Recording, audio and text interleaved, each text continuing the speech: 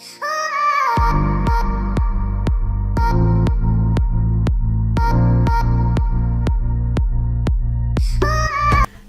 a latest interview, Kennedy Japan amain feedback on MC Obi Nimin Sensem because Ghana for be British here kasa. Asemo ankrofo eka and say oh Kendi sa what they asemo ba wo be kasa sa na asem na kwa akowu. Kennedy Japan say currently Sisiano even though earlier on me bro story at Kennedy Japan emma was state conditioner wo be jai asem no de achi wo bi nim kra wo si wo bi nim eba abonten ebe pa wo mo awaye omu ni abone a wo de asem ne be channel but in a very current interviewer Daddy Fred of the Announcer newspaper wo ye no a wo kan sa asem no wo no Kennedy Japan asanso aka say asem ne de sisi a wo de akodu eye police impanyufo nim ama wo mu process asem no Ghana for wo mo kan say Kennedy Japan de wo be kasa enkonkosi hu no wo se dabi police for a process asem no ma police for atonsa Fred the victims of Obi Nimin Sensem Kennedy Japan e de tu Obi Nim so no na o see police for atonsa Fred wo no Kennedy Japan ankasa but when to me anko wo catch police for ne say corona 19 on to me emba because no Kennedy Japan wo tu ni nan say na wo ba police for ne ho a enkrofo be ba be bodompem egu ho na ye ne enim say yare nso aba enti no catch police for ne say wo mon twen na corona no enko fom ansana ono Kennedy Japan invitation a police for amano say one far more evidence embra embe tender in against eye Obi Nim no na ode aba na ye ne enim say corona nso enye nde enebeko enti if that is the condition for me sitting at my very small corner no safe to say asem no say ne ekono Ghana ne eti asem no the crack and they say enkonkosi hu ne credit ewo ho a na waka see the conditions Kennedy Japan is saying or see police for Ghana has let me tell you something abroche womo abroche you attest to that say abroche the AC and say will be able make reports ewo police station from then uni pakwa be make reports no asem na eni wonsemu biom police for will take over from there into uni pakro ne kra no oko police for no ho ekase asem no opeso mo twemu a police for no wo mo ntwem because wa be ye report amomo ama wo mo edi asem ne nim awie Ghana has say oko make report to police for still e was say wudi asem nechi when di asem nechi a asem ne nkonko du bebia police for so asem ni mu na wo wo de asem ne ba wo be catch police for ne say eye asem no me pese ye kokan ewofia police for be jai ma asem no wakwa kokan wofie. You see the difference between the Ghanaian system and abroche womo system no entiana ebia the American will be entima say asem no be bia kwa akodui enkosiaga but this is the reason why Kennedy Japan reason awama no a very genuine reason. Yes, wono waka Kennedy Japan can say yes obi a wonim ewu from a coronavirus no into no Kennedy Japan he will not take chances at all. So what he's saying it is very genuine. Eyenekre wo call police for no wa nkrofo beti aba begina ho abodompem. What is Kennedy Japan doing? Obi a de bia wo advise nkrofo against social distancing and actually say ebia wono kan he will be going against his own advice. Ghana for ya ne beba betina ha say etwa bono say ane e na wotina TV so ka ten grofo say social distance meanwhile wako police for home and grofo akọ abe bodompim yen so ye beka ye mu bi ye beka atiase inti Kennedy Japan ehun ne say in order to save lives no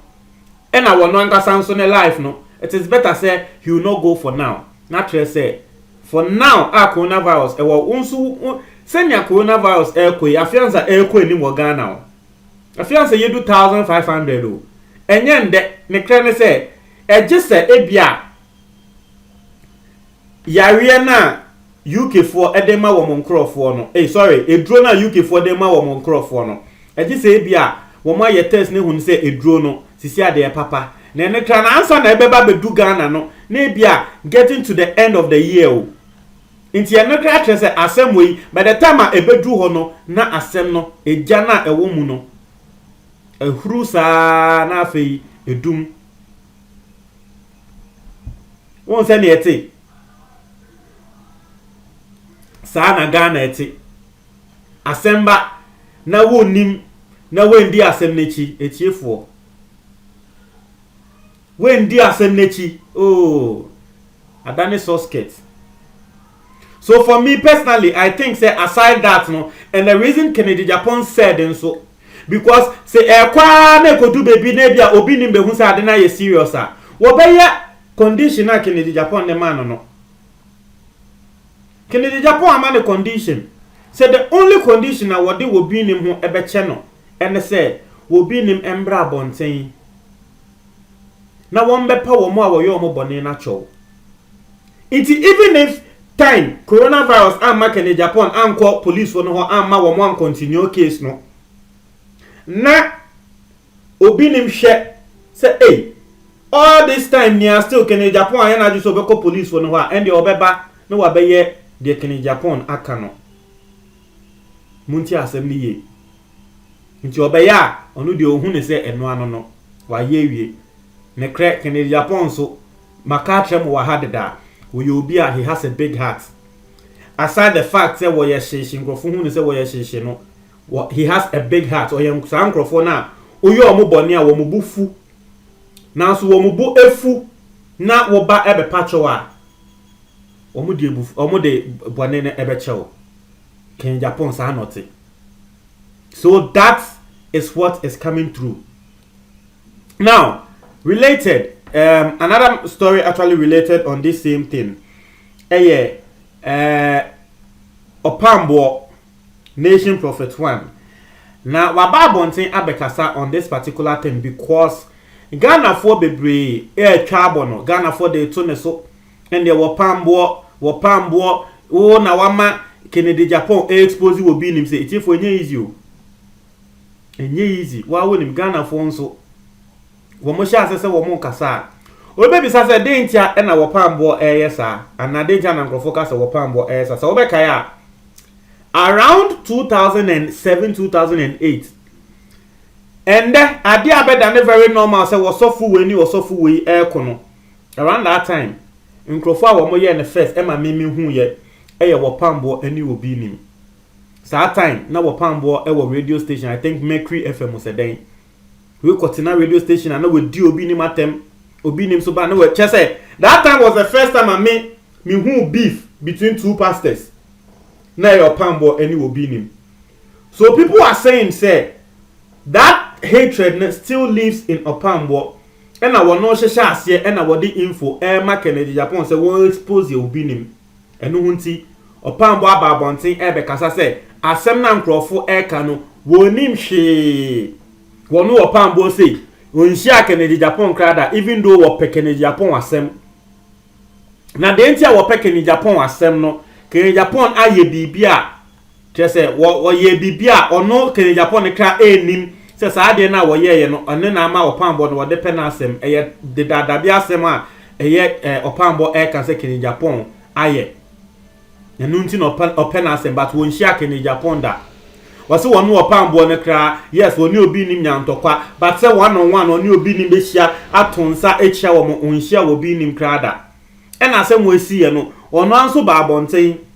e be sere Kennedy Japan say won fa wo bi nim bone enche no nti ya den no wo be sere Kennedy Japan say won fa wo bi nim che no ono afa echi say wo the information e ma Kennedy Japan say won expose you bi nim nti mo amo kasa asem no wo sere mo munye ne din emfrim won ko yesa ensan so emba yesa na tese wo da ne nya atwom nti wo sere mo amunye ne din film he has nothing to do with this expose.